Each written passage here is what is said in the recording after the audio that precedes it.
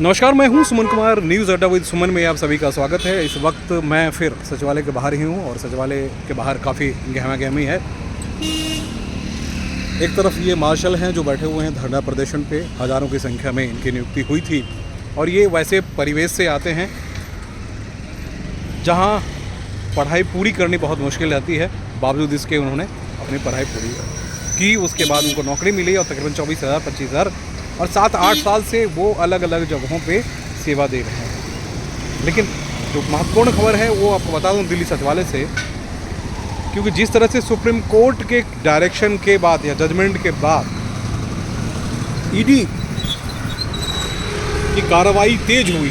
कार्रवाई तो चली रही थी ईडी की, लेकिन ईडी की कार्रवाई अचानक तेज हो गई है और कार्रवाई भी किस लेवल पे तेज हुई है उसको लेकर आपके जहन में सवाल नहीं, उन जानकारी भी है। मुझे पता है कि 2 तारीख को अरविंद केजरीवाल ईडी के सामने पेश होंगे और ईडी के सामने पहली बार पेश होंगे। सीबीआई के सामने पेश हो चुके हैं, लेकिन ईडी के सामने पहली बार पेश हो रहे हैं। तो ईडी के सामने पेश होने से पहले वो गहमा गहमी काफ़ी तेज हो चुकी है। पार्टी के कुछ वरिष्ठ नेता जो हैं ऑलरेडी सीएम के आवास पे हैं।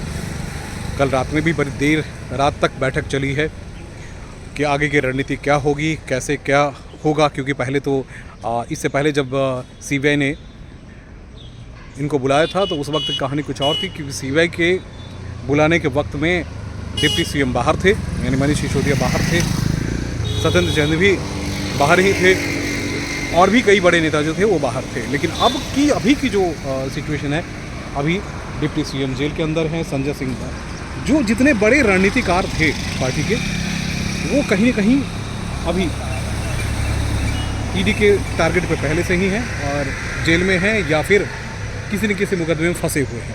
तो इस वक्त जो सबसे बड़ी चुनौती पार्टी के सामने है वो ये कि आखिर आगे की कोशिश क्या होगी। क्या केजरीवाल की अगर गिरफ्तारी होती है तो फिर पार्टी क्या करेगी, इस बात पे मंथन अभी तो नहीं, क्योंकि आप जानते हैं कि केजरीवाल के सामने मुंह खोलने वाले बहुत ज़्यादा देर तक सत्ता में नहीं रहते हैं, ऐसा माना जाता है। क्योंकि जो करना होता है वो अपने हिसाब से ही करते हैं। और क्योंकि जो मेरी जानकारी है, जैसा कि मैं कुछ दिनों से दिल्ली सरकार कवर कर रहा हूँ, कवर तो मैं बहुत पहले से कर रखा था, लेकिन पहले ये था कि नेताओं को बोलने की आज़ादी दी जाती थी, लेकिन अभी केजरीवाल किसी को बोलने नहीं देते हैं, ऐसा बिल्कुल क्लियर एजेंडा में होता है। तो इस वक्त की जो सबसे बड़ी परेशानी, लोग जा रहे हैं केजरीवाल के घर पे, जा रहे हैं, उनके मूड को भांपने की कोशिश कर रहे हैं। विधायकों की बड़ी लंबी फौज है, लेकिन विधायक की इतनी हिम्मत नहीं है कि उनको जाके उनसे पूछे कि सर आगे की रणनीति क्या होगी और खुलासा क्या होगा, कैसे होगा, क्या पार्टी की गतिविधि क्या होगी। तो आपने देखा होगा कि जब से ये कार्रवाई हुई है सिर्फ 1 या 2 बार ही केजरीवाल साहब मिले हैं अपने कार्यकर्ताओं से। अदरवाइज सबसे ज़्यादा निराशा कहीं है तो केजरीवाल के कार्यकर्ताओं में है। ऊर्जा देने के लिए चाहे आप जितना भी देते रहिए, जितनी भाषणबाजी करते रहिए, सब चलता रहेगा।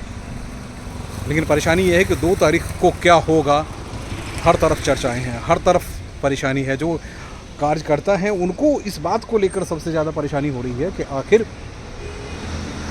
पिछले दिनों जो ईडी की कार्रवाई रही है और ईडी की कार्रवाई के बाद जो सिचुएशन रही है, उसमें देखने को ये मिला कि सभी बड़े नेता जो हैं वो अंदर जा चुके हैं। अब जो सबसे बड़े कन्वीनर हैं उनके ऊपर अगर उंगली उठ रही है या उनके खिलाफ कोई कार्रवाई होती है तो फिर क्या होगा, पार्टी क्या रणनीति बनाएगी। आप एक बात और भी आपको बता दूं कि पार्टी के दिल्ली के जो कन्वीनर हैं उनमें इतनी दम नहीं है जिन्हें गोपाल राय मंत्री कहते हैं। कई बार हमने प्रोग्राम्स में देखे हैं, तो इसलिए प्रदेश अध्यक्ष रहते हुए भी उनमें वो ताकत नहीं है। आप इसके बारे में मत पूछिए कि ऐसा मैं कह क्यों रहा हूँ। इसलिए कह रहा हूँ कि एक निगम पार्षद के भी टिकट वो नहीं बांट पाए थे, जो भी बांटना था ऊपर ही सब सारी चीज़ें तय होती थी और उस वक्त डिप्टी सीएम बाहर हुआ करते थे, तो पूरी कहानी अलग थी। अब जो पार्टी के सामने सबसे बड़ी चुनौती है कि अगर 2 तारीख को ईडी पार्टी को गिरफ्तार कर लेती है तो फिर क्या होगा, दिल्ली का सीएम कौन होगा, ये दिल्ली की सत्ता किसके हाथ में। क्योंकि मनीष सिसोदिया ने सबसे पहले अपने वसूल का ख्याल रखते हुए जैसे ही उन्होंने वो जेल गए, उसके बाद अपनी सभी तरह की सदस्यता सिर्फ विधानसभा की सदस्यता उन्होंने इस्तीफा नहीं दिया, लेकिन मंत्रिमंडल से इस्तीफा दिया, और भी बहुत सारी चीज़ें थी जिससे साफ साफ उन्होंने मना कर दिया मैंने। अब मसला सामने ये है कि मनीष भी नहीं है, अभी राघव चड्ढा आप देख ही रहे हैं कि राघव चड्ढा जो हैं वो काफ़ी इनके क्लोज़ हैं। तो अब क्योंकि सुप्रीम कोर्ट में जो कल का जजमेंट है वो से राघव चड्ढा भी बहुत सुरक्षित नहीं है, क्योंकि जैसे मनी ट्रेल की बात हुई और उसमें जजमेंट में लिख दिया गया है 39वें नंबर पेज पे, तो उससे एक बात साफ है कि आने वाले दिनों में राघव चड्ढा की भी परेशानी बढ़ेगी। तो फिर पार्टी क्या डूब जाएगी?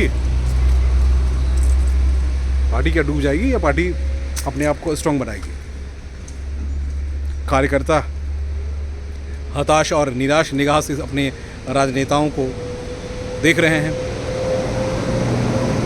लेकिन जो पार्टी के सर्वश्रेष्ठ नेता हैं वो कार्यकर्ताओं से नहीं मिल रहे हैं। प्रेस कॉन्फ्रेंस सिर्फ आतिशी कर रही हैं, सौरभ भारद्वाज कर रहे हैं। सीधे सीधे अरविंद केजरीवाल को सुनना लोग पसंद करते हैं, अरविंद केजरीवाल को जानना चाहते हैं, लेकिन अभी जो सिचुएशन है उसमें एक ही बात कह सकते हैं कि अरविंद केजरीवाल अभी भी जनता के सामने आ नहीं रहे हैं। पिछले दिन एक विशेष कार्यक्रम में आपने देखा होगा बहुत लंबी चौड़ी भाषणबाजी हुई, लेकिन अब जो सिचुएशन है कि 2 तारीख को अगर गिरफ्तारी होती है उसको लेकर माथापच्ची सरकार के घर पे, यानी केजरीवाल साहब के घर पे माथापच्ची चल रही है। तमाम सारे बड़े नेता जो हैं वहाँ पहुँचे हुए हैं। इस वक्त सिर्फ और सिर्फ अरविंद केजरीवाल को सुनना चाहते हैं, उनकी निगाहों को पढ़ना चाहते हैं, उनके स्टेटमेंट को देखना चाहते हैं कि आगे सरकार बनी रहेगी, इसमें कौन बनेगा, क्या कहाँ जाएगा।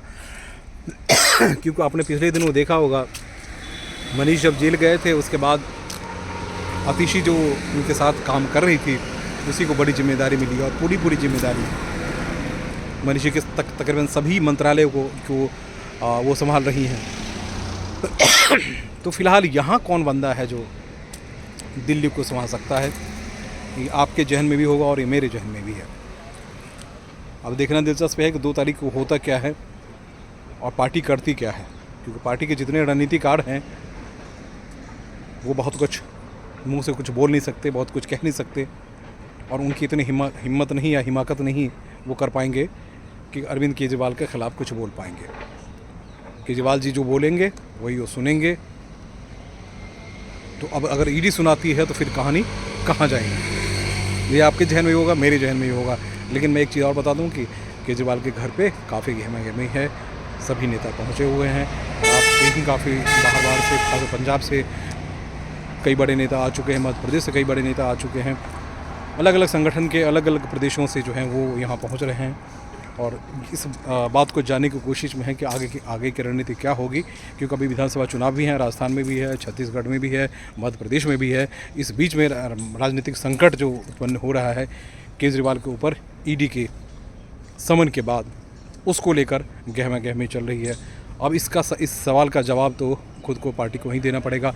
मनीष सिसोदिया की एक स्टेटमेंट मुझे बहुत अभी भी याद है। उन्होंने कहा कि कई बार ऐसा संकट आया है जिसमें हमारी पार्टी अपनी अस्तित्व समाप्त करते हुए नज़र आई, लेकिन ऐसा हुआ कभी नहीं। तो फिर हम उबर के सामने आ गए। अब देखना दिलचस्प होगा कि वाकई में कैसे पार्टी यहाँ से उबर कर आगे निकलती है। नमस्कार।